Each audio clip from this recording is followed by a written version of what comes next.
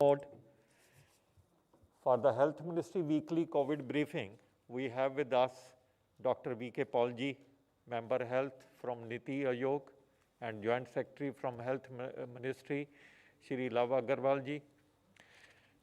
To start with, Shri Love Agarwal-ji will make a presentation on the status of COVID in the country, after which Dr. Paul will offer his overview on the COVID situation. We shall take few questions after that. Over to Shri Love Agarwal ji. Thank you. Good evening friends, हम आपको कोविड-19 की वर्तमान परिस्थिति के बारे में बताना चाहेंगे। जैसा कि हम सबको अवगत है कि हम लोगों ने देश में एक डिस्टिंक्ट पीक सितंबर में देखी थी, जिसमें कमी होते होते फरवरी तक केसेस 9,000 तक पहुंच गए थे। फिर उसके बाद सेकेंड वेव के समय पर हाईएस्ट पीक 4,14,000 केसेस प्रति रोज के हिसाब से रिपोर्ट हुए। उसके बाद से कंसिस्टेंटली हम उस पीक में रिडक्शन देख रहे हैं और अगर हम पिछले 24 घंटे का डेटा देखें तो पाते हैं देश में अप्रॉक्सीमेटली 29,689 केसेस पिछले 24 घंटे में रिपोर्ट हुए हैं।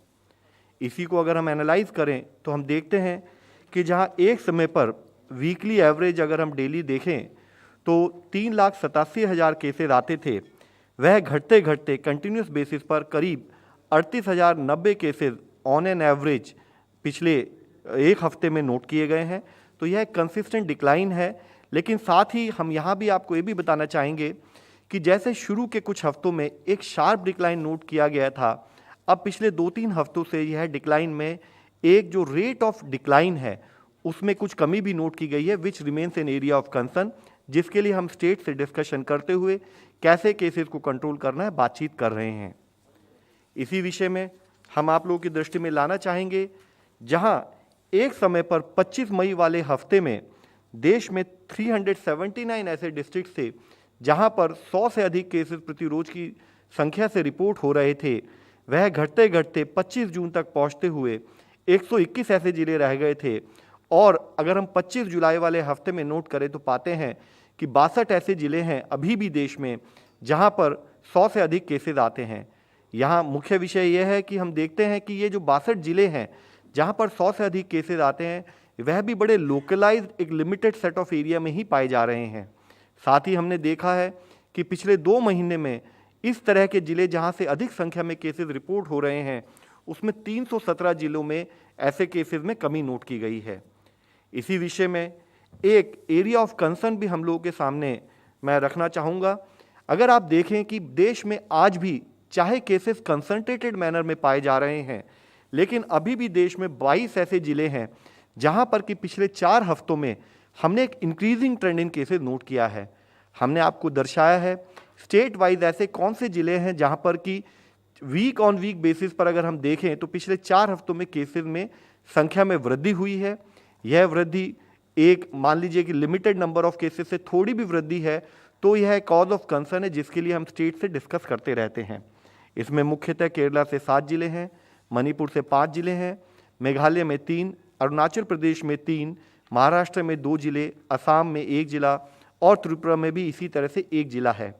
इसमें भी हम आप लोगों की दृष्टि में लाना चाहेंगे, जैसे हम केरला में मलापुरम जिला लें तो 28 जून से 4 जुलाई के समय पर जहां वीकली बेसिस पर हम देखें 1428 केसेस आए थे, तो अब अगर हम पिछले वीक का ब्यौरा देखते हैं तो पाते हैं वहाँ बढ़कर 2,270 यानी कि 1428 केसेस से बढ़कर 2,270 केसेस हुआ है, which is a increase by around 59%। This remains A cause of concern. Similarly अगर हम दूसरा जिला ले त्रिशूर, तो जहां एक स्थाई पर वहां पर 1,299 केसेस एक महीने पहले उस हफ्ते में नोट किए गए, वह बढ़कर 1,889 केसेस यानी कि 45% इंक्रीज केसेस में नोट किया गया है। इसी तरह एर्नाकुलम देखें, जहां एक समय पर एक महीने पहले साप्ताहिक केसेस की संख्या 1,162 थी, वह बढ़कर अब 1,700 यानी कि 46% के करीब केसेस में इंक्रीज नोट किया गया है।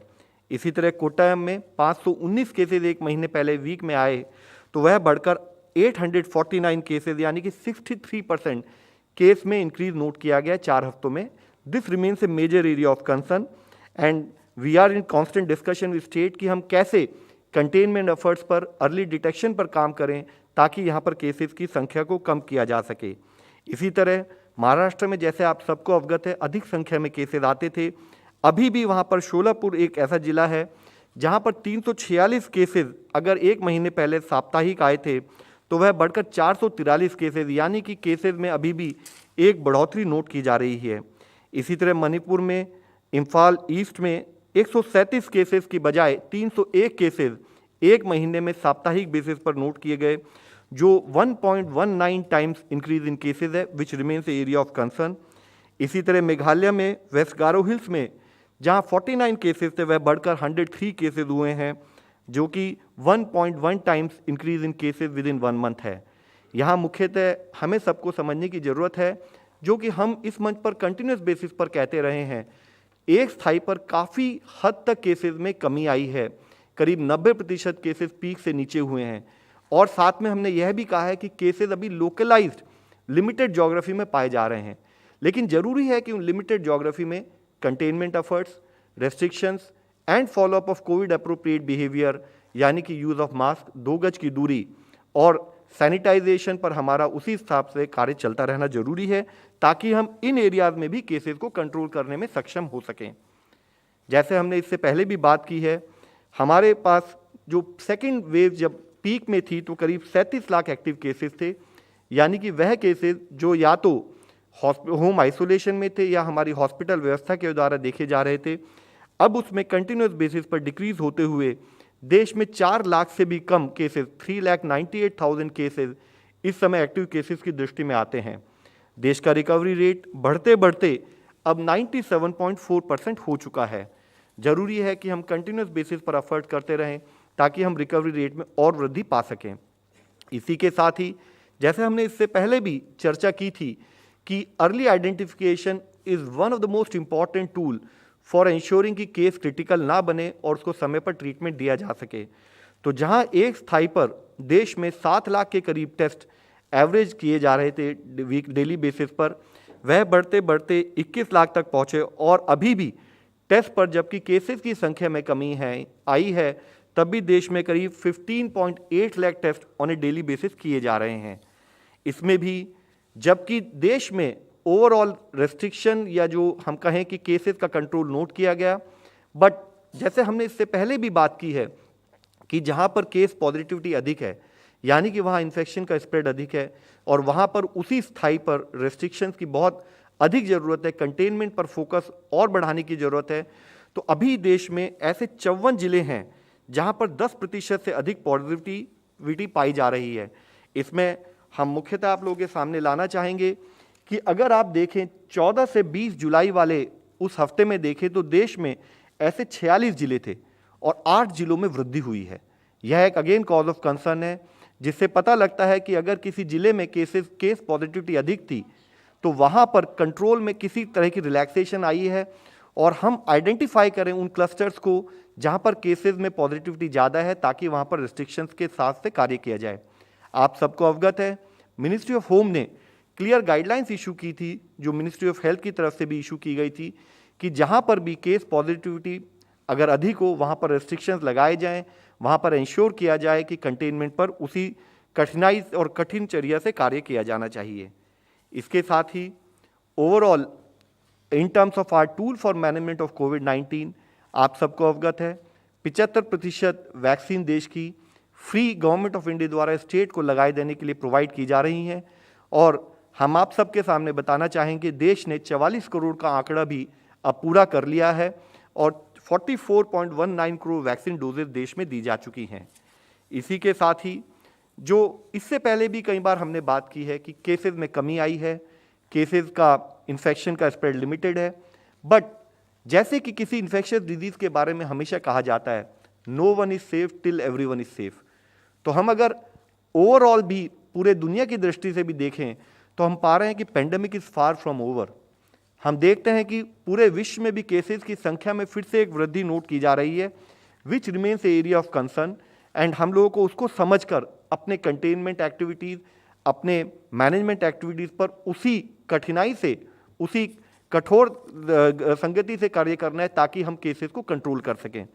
इसमें अगर आप देखेंगे तो जैसे कि 5,27,000 cases on a daily basis पूरे विश्व में अभी रिपोर्ट किए जा रहे हैं। अगर इसी डेटा को हम कंट्री वाइज एनालाइज करें तो हम आपको बताना चाहेंगे कि पिछले कुछ दिनों में कई देशों में बहुत अधिक केसेस में वृद्धि नोट की गई है। जैसे यूनाइटेड स्टेट्स में पिछले 14 दिनों में केसेस में 1.4 टाइम्स वृद्धि नोट हुई है। फ्रांस में as high as 3.5 times cases में वृद्धि नोट हुई है, यानी कि पिछले 14 दिनों में फ्रांस में जितने केसेस रिपोर्ट होते थे उसमें 355% की वृद्धि हुई है। इसी तरह इटली में 2.7 टाइम्स और जापान में भी 1.2 टाइम्स केसेस में वृद्धि हुई है। यह हम सबके लिए इंडिकेशन है कि हम अभी भी किसी स्थाई पर रिलैक्स नहीं हो सकते, हमें उसी तरह से कठिन चर्या कोविड मैनेजमेंट के लिए करते रहना है।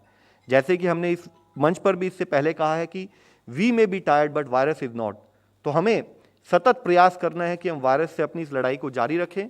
अगर हम अपने आसपास के देशों में भी देखें तो हम पाते हैं कि चाहे मलेशिया हो, थाईलैंड हो, कि वहाँ पर काफ़ी अधिक केसेस संख्या में रिपोर्ट हो रहे हैं एंड ये हमारे नेबर्स हैं, तो इससे पता लगता है कि ज़रूरी है कि हम हर तरीके से अपने मैनेजमेंट पर उसी श्रद्धा से कार्य करते रहें। आज एक और विषय हम सब लोगों के लिए समझना जरूरी है कि एक स्थाई पर जब हम कोविड को मैनेज कर रहे हैं, यह मानसून का सीज़न है। मानसून और जब बारिशें हो रही हैं तो ऐसे समय में मच्छरों के द्वारा फैलने वाली बीमारियों का फैलने का खतरा भी रहता है। साथ ही फूड रिलेटेड बीमारियां, अगर फूड को ढंग से नहीं इस्तेमाल किया जाए, ढंग से नहीं पकाया जाए, वाटर बॉर्न डिजीजेज या स्किन इन्फेक्शंस के बढ़ने का भी खतरा रहता है। ऐसे समय में बीमारियां जैसे कि dengue, malaria, seasonal influenza, leptospirosis, chikungunya, एंट्रिक fever, ऐसी और भी अधिक बीमारियां आने का कारण हो सकता है। और ये बीमारियां अगर कोएग्जिस्ट करें कोविड के इन्फेक्शन के साथ तो टू दैट एक्सटेंट केस का मैनेजमेंट उतना ही कठिन हो जाता है। जरूरी है कि हम यह ध्यान रखें कि इस समय पर हम अधिक सावधानी बरतें। हम यह ध्यान रखें कि हम कोई इन्फेक्शन को आने का मौका ना दें, क्योंकि इससे क्लिनिकल मैनेजमेंट और पेशेंट आउटकम पर उसी स्थाई से एक और कार्य अधिक करना पड़ता है। इससे संबंधित गाइडलाइन पिछले वर्ष भी मिनिस्ट्री ऑफ हेल्थ के द्वारा इश्यू की गई थी। हम आपके द्वारा फिर से ये हाईलाइट करना चाहते हैं कि जन समुदाय के लेवल पर हमारी जन भागीदारी के रूप में, हमारे जन आंदोलन के रूप में हमें मॉनसून के समय पर भी किसी भी को इन्फेक्शन को आने से रोकना है। हमें क्या करने की ज़रूरत है? जैसे हमने इस विषय में कई बार बात की है, कोविड अप्रोप्रिएट बिहेवियर हमारे लिए प्रिवेंटिव मेजर्स के रूप में काम करेगा। हम यह ध्यान रखें, हम मास्क का इस्तेमाल करते रहें, हम 2 गज की दूरी बनाए रखें, हम प्रॉपर सैनिटेशन को ध्यान में रखें, हम लार्ज गैदरिंग्स को अवॉइड करें और साथ ही हम कफ एटिकेट्स को प्रॉपरली फॉलो करें। इसके साथ ही जरूरी हो जाता है इस सीज़न में कि हम वेक्टर कंट्रोल यानी कि मच्छर के कंट्रोल से संबंधित भी कार्य करें।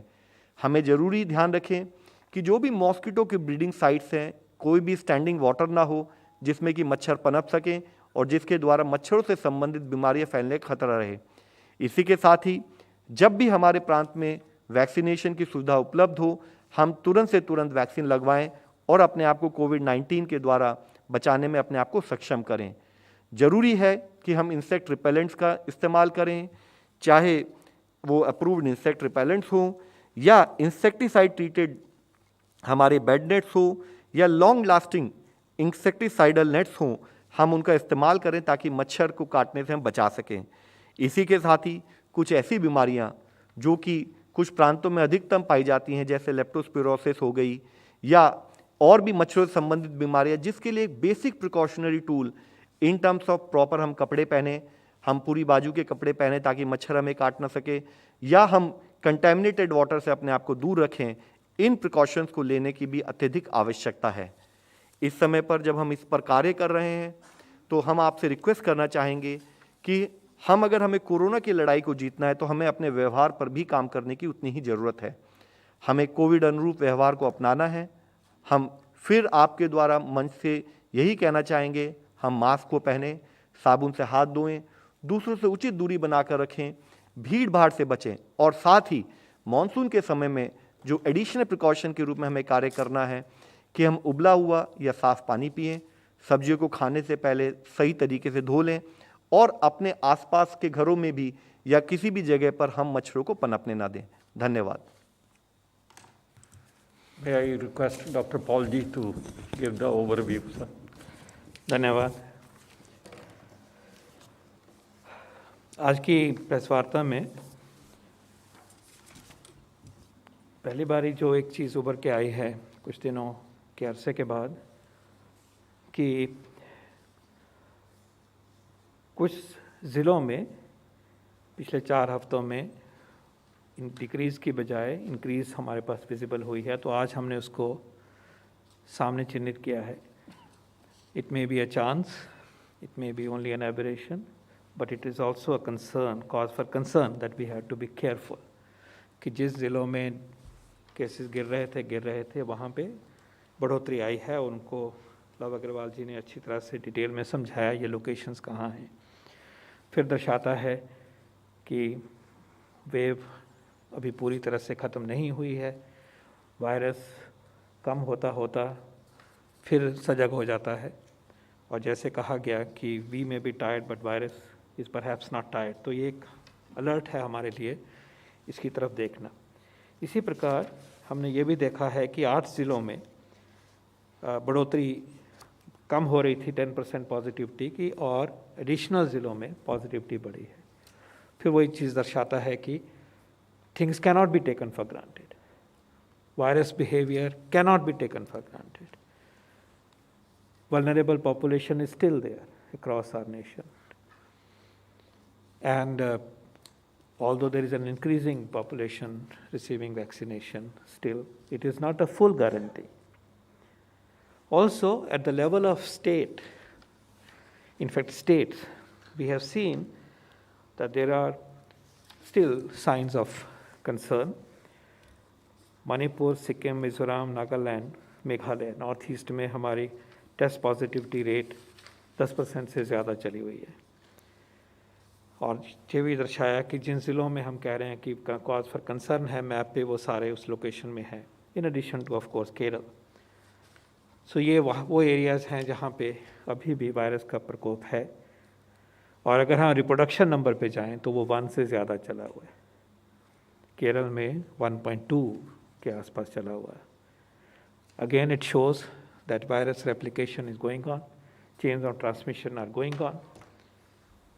Somehow it is also cause for satisfaction in a way that the mortality, at least in Kerala, is not high.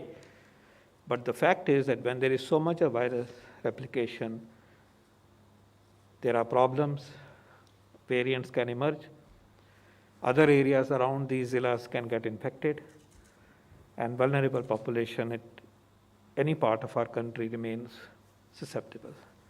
So we are again emphasizing the need for containment, need for COVID appropriate behavior, need to be vigilant, need to avoid unnecessary travel, need to avoid large crowds. Travel फालतू में नहीं करने की ज़रूरत, थोड़े दिन रुक सकते हैं अगर. भीड़ नहीं करने की ज़रूरत. मास गैदरिंग का कोई अभी टाइम नहीं आया है.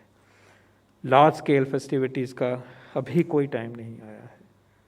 सो वी आर हैप्पी कि कल की जो नंबर आज आया है हमें 30,000 से नीचे आया है, बहुत 132 दिन के लगभग बाद. लेकिन we hope it is sustain and we hope it will decline further to a much lower level, and it is possible. Nonetheless, the first message is second wave is not over. Some areas continue to remain concerned. Some states in Northeast and our state in South, Kerala in particular, remains a cause for our concern and action. Second point emphasize करना चाहूँगा, वो actually हम ministry of health ने अभी clarify कर दिया है about the vaccine dose availability. 44 crore व्यक्तियों को वैक्सीन लग चुका है, और जो जिस प्लान से चले हुए हैं उस तरह का बाकी एडिशनल वैक्सीन सप्लाई चेन में है, और वो उसी प्लान के मुताबिक उपलब्ध कर दिया जाएगा. And therefore, we have a consistent progress with our vaccination program. In that regard, I like to emphasize that we are also now in receipt of another study, जो रियल लाइफ में दर्शाती है कि हमारे वैक्सीन्स कितने effective हैं. ये study आज ही प्रारूप में आई है, सामने आई है. This study has been conducted by our teams in the armed forces. Armed Forces medical college जो है उनकी टीम ने करा है, और 15 लाख आर्म फोर्सेस के डॉक्टर्स और फ्रंटलाइन वर्कर्स जिनको हम काउंट करते हैं उनके ऊपर ये स्टडी हुई है। और ये कोविशील्ड वैक्सीन मिला उनको, और ये दर्शाया गया कि 93% रिडक्शन इन इन्फेक्शन हुआ जिनको वैक्सीन मिला। 93% protection to the extent of 93% in real life. आप इसको पढ़ सकते हैं because it's available, but I am happy to state this here from this podium. Faith आनी चाहिए, और ये सेकेंड वेव के दौरान की प्रोटेक्शन की बात है, which is driven by delta variant. Confidence देता है और खुशकिस्मती भी है कि ये वैक्सीन हमारे प्रचंड है, चल रहे हैं। और अगर हम मोर्टेलिटी रिडक्शन देखें तो 98% मोर्टेलिटी जो है वो प्रोटेक्ट हो जाती है। जैसा कि बार बार हमने यहाँ से कहा, दुनिया भर के ही वैक्सीन पूरी तरह से ये रूल आउट नहीं करते कि इन्फेक्शन ना हो आपको। जैसे कि यूके में भी देख रहे हैं वैक्सीन हाई हो गया फिर भी वेव ऊपर जा रही है, यूरोप में भी हो रहा है।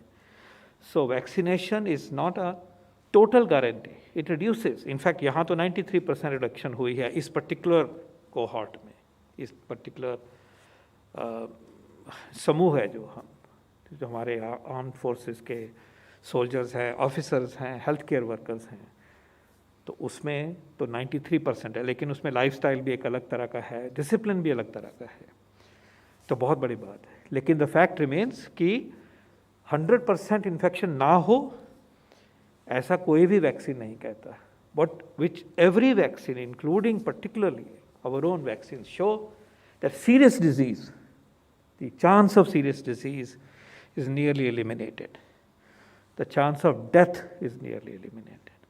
And this particular study, I've been sharing these studies with you as they emerge, and says that chance of mortality is moved away to the extent of 98%, negligible. वो भी इसलिए होता है कि comorbidities होती हैं, situation कहीं खराब हो सकती है। So again, I urge you on behalf of the government and all of us that please be vigilant, be careful, have faith in vaccination, have faith in our vaccines, and continue to be careful in the weeks and months ahead. Thank you very much. Now, I call first 16 number. Sir, Nitendra DD news से एक सवाल है कि जो लोग clinical trial में हिस्सा लिए हैं उनको सर्टिफिकेट कागजों पे दिया गया है, लेकिन कोविन से उनको सर्टिफिकेट नहीं मिला है, तो ऐसे लोगों के लिए क्या मंत्र रखेगा? देखिए, जिन लोगों ने क्लिनिकल ट्रायल में पार्टिसिपेट किया था उस टाइम पर उनको शुरू में पेपर बेस्ड सर्टिफिकेट दिए गए थे, लेकिन बाद में यह विषय उठा कि क्या उनको भी कोविन से कवर किया जाए, क्योंकि मुख्यतः देश में सबको CoWIN related QR code based certificate मिल रहे हैं। उस पर क्योंकि यह एक फीडबैक हम लोगों के सामने आया था, तो उसको दृष्टि में रखते हुए आज उसके विषय में ऑर्डर जारी कर दिए गए हैं। हमने ये कहा है कि ICMR ऐसे लोगों की लिस्ट एक टेम्पलेट में बनाकर हम लोगों को दे दे जिन्होंने क्लिनिकल ट्रायल में पार्टिसिपेट किया है, और उस लिस्ट के आने के बाद कोविन के द्वारा उनके सर्टिफिकेट जनरेट किए जाएंगे, और जनरेट करने के बाद जो भी लोग थे जिन्होंने क्लिनिकल ट्रायल में उसमें पार्टिसिपेट किया है वह अपने अकाउंट के द्वारा उस सर्टिफिकेट को अपने मोबाइल नंबर के द्वारा डाउनलोड कर सकेंगे। लेकिन दो विषय मैं आपको इस संबंध में बताना चाहूँगा कि सर्टिफिकेट में, जैसे कि आप सबको अवगत है कि क्लिनिकल ट्रायल में कुछ लोगों को प्लेसिबो दिया जाता है और कुछ लोगों को एक्चुअल वैक्सीन दी जाती है, तो सर्टिफिकेट केवल उन्हीं लोगों के जनरेट हो सकेंगे जिनको कि एक्चुअल वैक्सीन मिली है। इसीलिए हमने कहा है कि ICMR से वह डिटेल हमें मिले। साथ ही इससे लिंक्ड एक इशू है कि जो वैक्सीन जिसको हम देश में इमरजेंसी यूज ऑथराइजेशन दे चुके हैं, क्योंकि कोविन प्लेटफॉर्म पर इमरजेंसी यूज ऑथराइजेशन के बेसिस पर ही हम उन वैक्सीन को सप्लाई करते हैं, उन वैक्सीन की डोजेस को पब्लिक को दी जाती हैं, तो केवल उन्हीं वैक्सीन से संबंधित सर्टिफिकेट जनरेट किए जाएंगे। और साथ में जो ऑनगोइंग ट्रायल है, क्योंकि उस ट्रायल में हमें यह भी नहीं मालूम है कि किसको प्लेसिबो दिया गया है और किसको की जो वह पर्सन है जिसको एक्चुअल में वैक्सीन दी गई है, क्योंकि उस ट्रायल को हम भंग नहीं करना चाहते, उसको हम विशिएट नहीं करना चाहते, तो उन लोगों को भी कवर नहीं किया जाएगा। यानी कि वह ट्रायल जो कंप्लीट हो चुकी हैं, वह वैक्सीन जो हमारे इमरजेंसी यूज ऑथराइजेशन का पार्ट है, उनको हम आईसीएमआर से डेटा लेते हुए जिन लोगों को एक्चुअल वैक्सीन दी गई है उनको हम कोविन द्वारा सर्टिफिकेट देंगे। 50.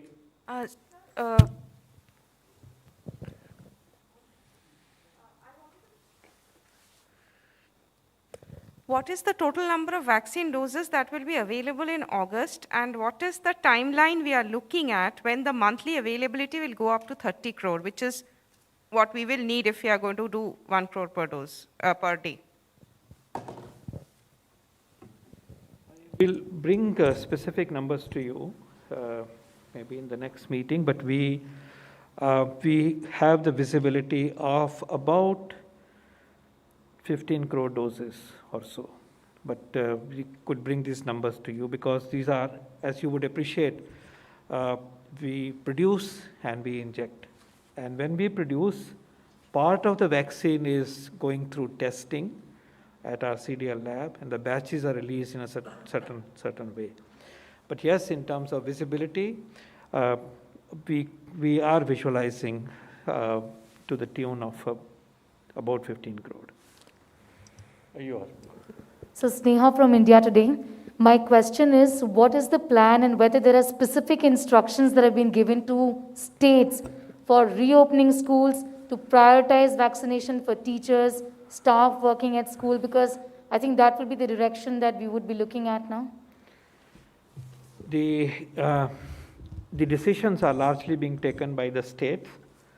The overall approach from the central government, from time to time, there has been clarity on which broadly from the union government side, which students can come, in how many number they can come, and how do they reach out to the teachers. That guidance separately available on behalf of the union government. But yes, the state governments are taking their own decision. And also, as you know, that the current guidelines do allow accelerated vaccination for particular groups if the states so decide, for 18 to 44 in that sense. So you're right that some states are making these decisions on their own, and it is an important area of our work indeed, because schools have been closed for a long time. Society is concerned about the learning loss, but as you would appreciate, it is tightrope walking. It is not easy to expose.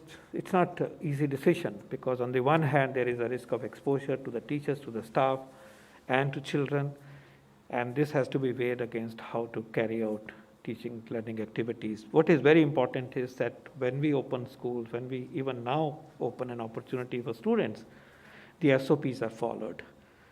The protection, self-protection, and the SOPs to conduct teaching, conduct interaction in a manner which is COVID appropriate remains of a paramount importance. Thank you. Last two questions, 116, I come back. Last. Sir, I'm Monica from the Hindu Business Line. Sir, some reports are saying that the vaccination for children will start from August. So I need clarification on this from the Health Ministry. And also ICMR was conducting a study on Delta Plus variant, if I'm not wrong. So can you share some findings from that study? So ma'am, जैसा आपको पता ही है कि जो हमारी कुछ vaccines हैं, चाहे वो भारत बायोटेक की कोवैक्सीन है या जाइडस कैडिला की एक और वैक्सीन है, उसके ऊपर अभी क्लिनिकल ट्रायल्स चल रही हैं। जैसे ही क्लिनिकल ट्रायल का डेटा आएगा, रोबस्ट इनफ होगा, एक्सपर्ट्स डिसीजन के बेसिस पर वह डिसीजन लिया जाएगा कि उसको हम बच्चों के लिए अलाउ कर पाएँ। दूसरा, आपने डेल्टा प्लस के बारे में पूछा है, तो इसी मंच पर इससे पहले बताया गया था कि जो हमारी वैक्सीन्स हैं वह डेल्टा और जितने बाकी स्ट्रेन्स हैं, बोथ कोवैक्सीन एंड कोविशील्ड, उनकी थोड़ी एफिकेसी में एक माइनर चेंज नोट किया जाता है, लेकिन हमारी वैक्सीन सारी इफ़ेक्टिव हैं। और उस समय पर डायरेक्टर आईसीएमआर साहब ने ये भी बताया था कि डेल्टा प्लस के ऊपर उसकी एफिशिएंसी और उसकी एफिकेसी के ऊपर कार्य चल रहा है। वह कार्य पूरा हो चुका है, डेटा एनालिसिस चल रही है, और जैसे ही हमें उसमें क्लैरिटी आएगी हम आप सबको अवगत करेंगे। Last question, 105. So, sir, there is one point of vaccination utilization in private hospital. Only 7% is utilized. State governments face a crunch. Why can't there be a rethink of the policy of private vaccination, private hospitals giving the unutilized stocks to the state government? Also, sir, the TB patients' numbers have come down. The deaths have increased in TB cases. How do you see this, Dr. Paul? So see, as far as overall policy is concerned, जैसे हम सबको मालूम है कि सबसे पहले हमने एक पॉलिसी फ्रेमवर्क, जैसे कि जब स्टेट से डिमांड आई थी उसमें कहा गया था कि स्टेट्स भी प्रोक्योर कर पाएँ गवर्नमेंट ऑफ इंडिया के साथ साथ, और साथ में प्राइवेट सेक्टर को भी एक मौका दिया जाए ताकि प्राइवेट सेक्टर का जो हम उनके रिसोर्सेज का इस्तेमाल करके अपने वैक्सीन प्रोसेस को और वाइडर रीच दे पाएँ। उसके बाद मई के समय में हमने देखा कि हमारा ओवरऑल वैक्सीनेशन कम हुआ। सिचुएशन को समझते हुए एक पॉलिसी डिसीजन लिया गया जिसमें यह तक डिसाइड किया गया कि देश का 75% प्रोडक्शन जो है वह गवर्नमेंट ऑफ इंडिया प्रोक्योर कर फ्री स्टेट को प्रोवाइड करेगी और इन टर्न बाद में स्टेट के द्वारा लोगों को वह वैक्सीन फ्री दी जाएगी। इसके साथ ही जैसे कि हमारे देश का प्राइवेट सेक्टर का नेटवर्क है उसको हम कैसे इस्तेमाल करें, कैसे हम अपनी आउटरीच बढ़ाएं, उसमें यह निर्णय भी लिया गया कि 25% के करीब जो प्रोडक्शन है वह उनको प्रोवाइड किया जाए। जहाँ तक यह विषय आपने रेज किया है कि अभी तक प्राइवेट सेक्टर का प्रोडक्शन जो यूटिलाइजेशन है करीब 7% है, तो यहाँ आपको यह भी हम आपसे रिक्वेस्ट करना चाहेंगे कि जब भी कोई नया प्रोसेस शुरू करते हैं तो कुछ समय लगता है प्राइवेट सेक्टर को, और इससे संबंधित हमने यूनियन गवर्नमेंट के स्थाई पर as well as state government के स्थाई पर डिटेल्ड विस्तृत इस पर वीडियो कॉन्फ्रेंसेज हुई हैं। स्टेट से कहा गया है कि प्राइवेट सेक्टर को ना तो केवल मोटिवेट करे बल्कि फैसिलिटेट भी करे ताकि प्राइवेट सेक्टर अधिक से अधिक संख्या में वैक्सीन खरीद कर लोगों को प्रोवाइड करा सकें। इसमें यह भी समझने की ज़रूरत है कि कुछ ऐसे इनिशिएटिव भी स्टेट को एडवाइस किए गए हैं कि अगर मान लीजिए कि एक छोटा हॉस्पिटल मिनिमम ऑर्डर क्वांटिटी से कम, जिसमें कि ट्रांसपोर्टेशन में किसी वैक्सीन मैन्युफैक्चरर को दिक्कत हो, उस टाइप की भी कोई छोटी परेशानी अगर आए तो उसको कैसे फैसिलिटेट करें, तो required hand holding private sector के साथ की जा रही है और हम ये विश्वास रखते हैं कि प्राइवेट सेक्टर इसको और आगे अच्छी गति से लेके जाएगा ताकि हमारी आउटरीच हो सके वह फर्दर वाइड हो सके। दूसरा इसके अलावा ये भी है कि जब हम ये 25% की बात करेंगे, you see it over a period of time, जितना बन रहा है वो लग रहा है, और जहाँ उन्होंने मदद करनी है, भागीदारी करनी है, उसको और बढ़ाया जा सके, इसके भी एफर्ट किए जा रहे हैं। कंटिन्यूसली उस सिचुएशन को अडेप्ट कर रहे हैं। स्टेट गवर्नमेंट के साथ मिलके प्राइवेट सेक्टर के जो रिक्वायरमेंट है उसको एग्रीगेट करते हैं, उसमें एफिशिएंसी ला रहे हैं। कॉर्पोरेट की तरफ से डिमांड आती है उसको भी आगे बढ़ाया जा रहा है। तो it is a partnership.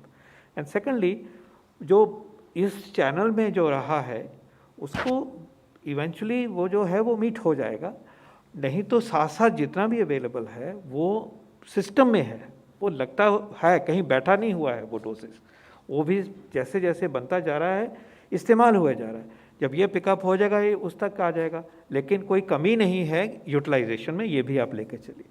Thank you very so much. Much.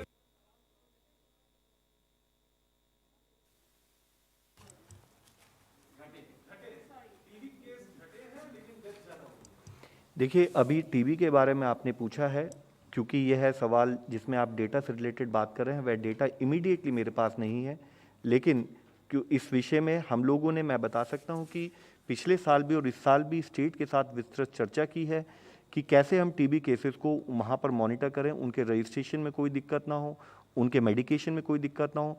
जिस तरह से आपने डेटा संबंधित कुछ स्पेसिफिक पॉइंट उठाए हैं, हम वह डेटा लाकर आप लोगों को सबमिट करेंगे।